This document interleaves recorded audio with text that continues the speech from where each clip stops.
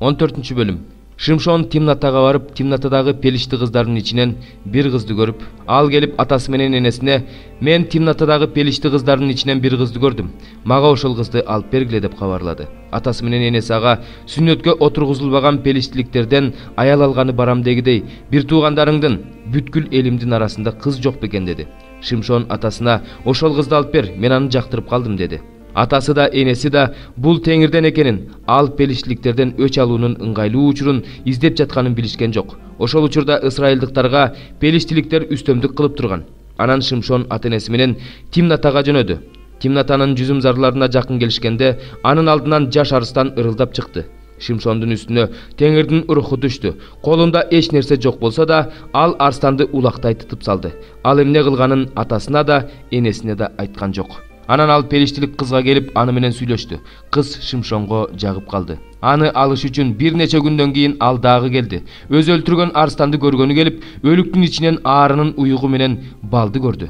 Ал балдан алып, жол бою жеп жүрүп отурду.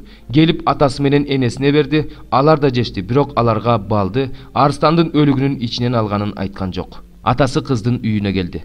Үйлөнгөндөр той бергенде эле Шимшон да той берди. Ал жердегилер аны көргөндө, анын жанында болууга 30 күйөө жолдош тандашты. Шимшон аларга: "Мен силерге бир табышмак айтайын. Эгерде силер анын жандырмагын той бүткөнчө 7 күндүн ичинде тапсаңар, туура тапсаңар, мен силерге жука матадан тигилген 30 көйнөк жана 30 сыйра кийим берем. Эгерде табышмакты жандыра албасаңар, анда силер мага жука матадан тигилген 30 көйнөк, 30 сыйра кийим бергиле" деди. Алар: "Табышмагыңды айт, угалы" дешти. Ал аларга: "Жегиштен тамак чыкты, күчтүүдөн таттуу чыкты" деп айтты. Алар табышмакты 3 күн бою жандыра алышкан жок. 7-нчи күнү Шимшондун колуктусуна: "Күйөөңдү көндүр, табышмактын жообун айтсын. Болбосо сени да атаңдын үйүндө өрттөп жиберебиз. Силер эмне, бизди тоногону чакырдыңар беле" дешти.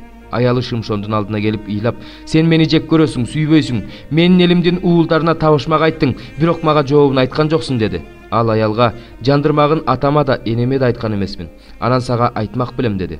Той болуп жаткан күндөрү 7 күн бою аялы анын алдына келип ыйлай берди. Жанын койбой сурай бергендиктен акыры 7-нчи күнү ал аялына табышмактын жандырмагын айтты. Аялы болсо табышмактын жандырмагын өз элинин уулдарына айтып койду. 7-нчи күнү күн батаар алдында жанагы кишилер келип, ага: "Балдан таттуу, арстандан күчтүү эмне бар" дешти.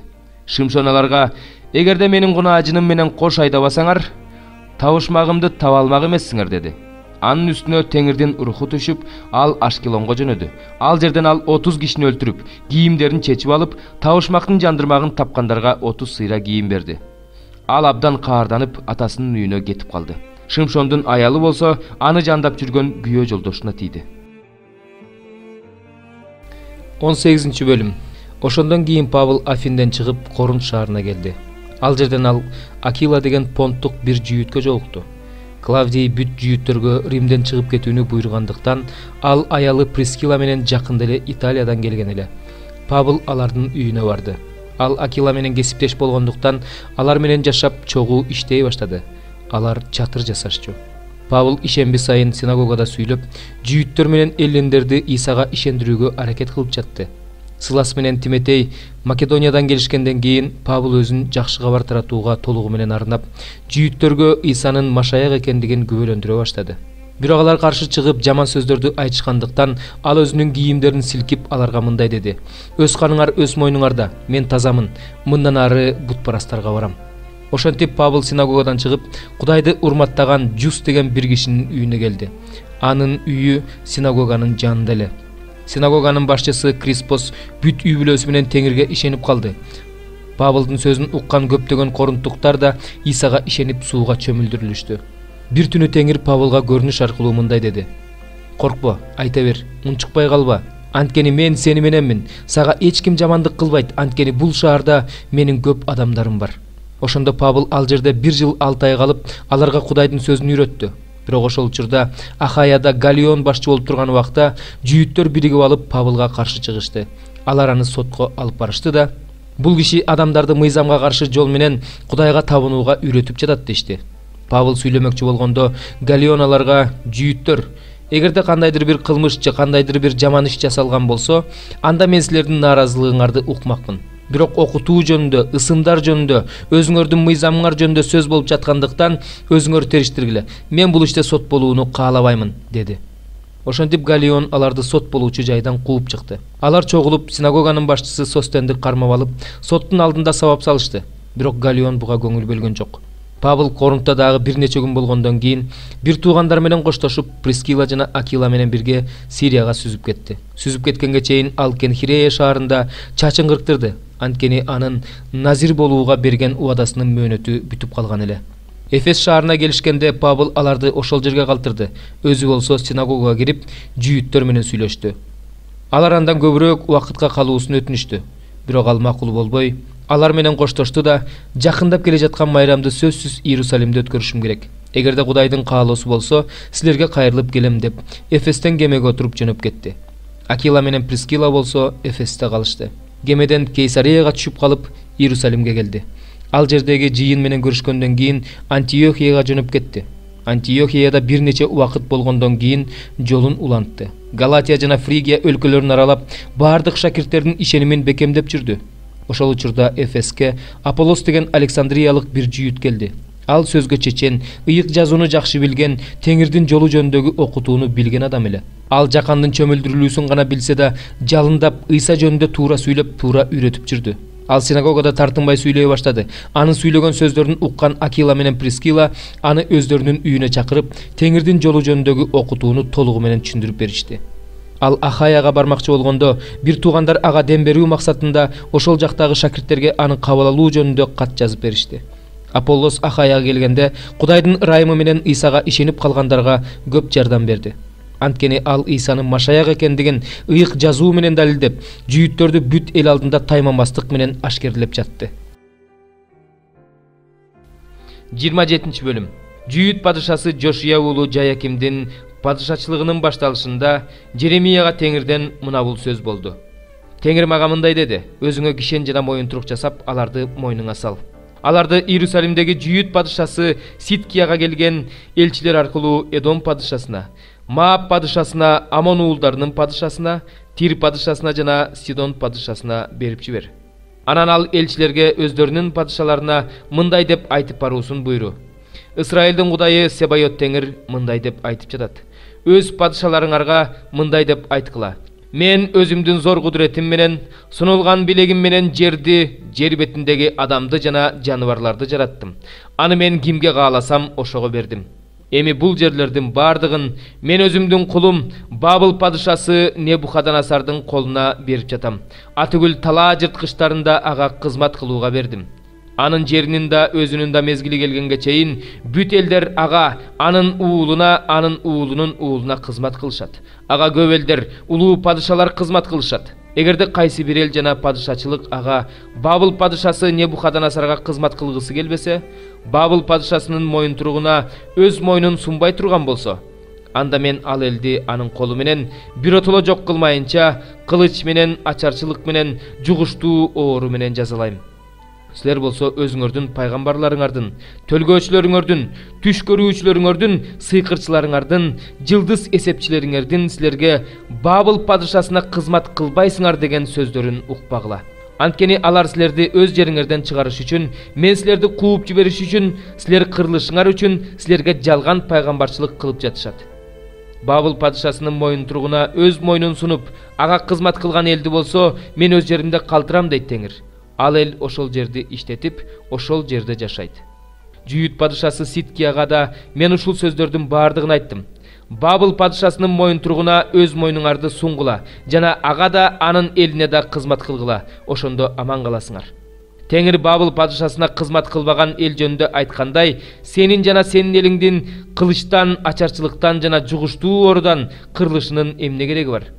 Бабыл падышасына кызмат кылбайсыңар деп айтып жаткан пайгамбарлардын сөздөрүн укпагыла. Анткени алар силерге жалган пайгамбарчылык кылып жатышат. Аларды мен жиберген эмесмин дейт Теңир. Мен силерди кууп чыгыш үчүн, силер да силерге пайгамбарчылык кылган пайгамбарлар да кырылыш үчүн, алар силерге менин атымдан жалган пайгамбарчылык кылып жатышат. Бирок мен ыйык кызмат кылуучуларга жана бул элдин бардыгына мындай деп айткам.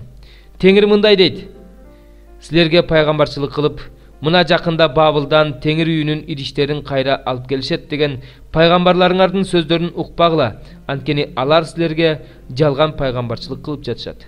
Аларды укпагыла, Бабыл падышасына кызмат кылып жашай бергиле. Бул шаарды урандыга айландыруунун эмне кереги бар? Эгерде алар пайгамбарлар болсо, аларда Теңирдин сөзү бар болсо, анда Теңир үйүндө, Жүйүт падышасынын үйүндө жана Иерусалимде калган идиштер Бабылга өтүп кетпеш үчүн Себайот Теңирдин алдында жалынып жалбарып өтүнүшсүн.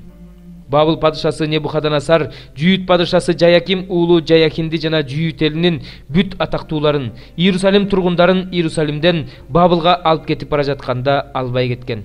Мамылар жөнүндө, жес чара жөнүндө, астына койгучтар жөнүндө жана ушул шаарда калган башка буюмдар жөнүндө Себайот Теңир мындай дейт. Теңир үйүндө, Жүйүт падышасынын үйүндө жана Иерусалимде калган идиштер жөнүндө Исраилдин Кудайы Себайот Теңир мындай дейт.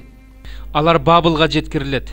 Мен аларды жазалаганга чейин алар ошол жерде болот дейт Теңир. Ошондон кийин мен аларды алып чыгып бул жерге кайра алып келем. 13 бөлүм. Ыйса ибадатканадан чыгып бара жатканда шакирттеринин бири: "Устат, карачы, кандай кооз таштар, кандай кооз имараттар" деди. Ошондо Исага: "Бул чоң имараттарды көрүп жатасыңбы? Мунун баары кыйратылат. Бул жерде таш үстүндө таш калбайт" деди. 3. Ыйса ибадаткананын маңдайындагы Зайтун тоосунда отурганда өздөрүнчө калышканда Петр, Жакып, Жакан жана Андрей андан: "4.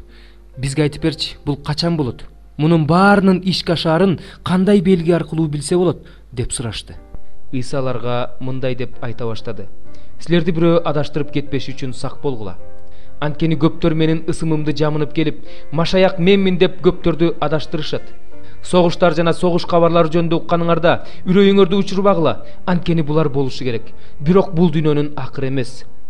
Бир эл бир элге, бир падышачылыкка каршы көтөрүлөт. Жерлерде жер титирөөлөр, ачкачылык жана козголоңдор болот. Булар кыйынчылыктардын башталышы. Бирок силер өзүңөргө сак болгула.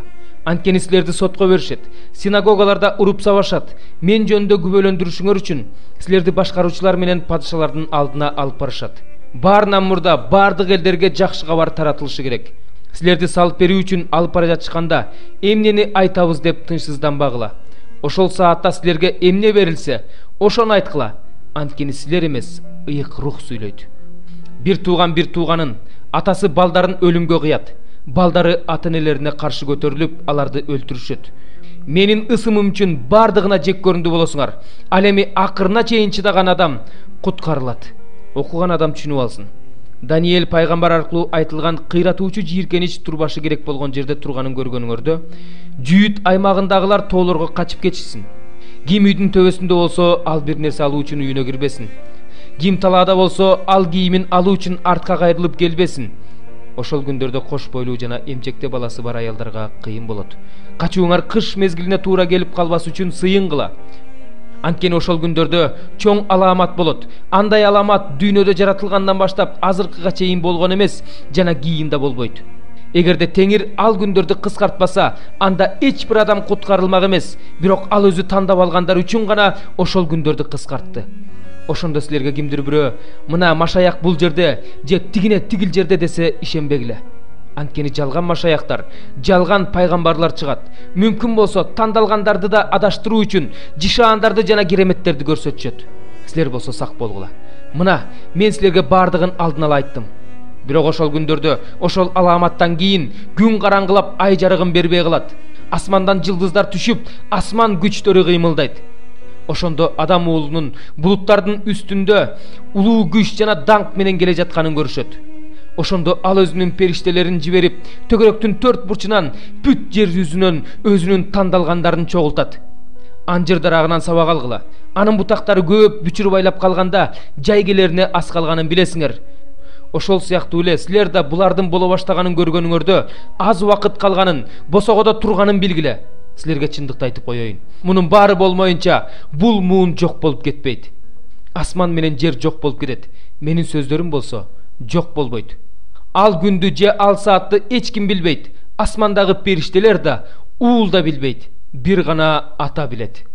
Байкагыла, сергек болгула, сыйынгыла, анткени ал убакыттын качан келерин билбейсиңер. бул жолго чыгаарда үй жайын калтырып, кулдарына бийлик берип, ар бирине өзүнчө иш тапшырган дарбаза кайтаруучуга болсо сак болууну буйруган үй ээсине окшош. Ошондуктан сергек болгула. Анткени үйдүн ээси качан келерин, кечиндеби, түн ортосундабы, корооз кыйкырган маалдабы, таң аткандабы билбейсиңер. Ал күтүлбөгөн убакта, силер уктап жатканда келип калбасын. Силерге айтып жатканым баарына тиешелүү. Сергек болгула.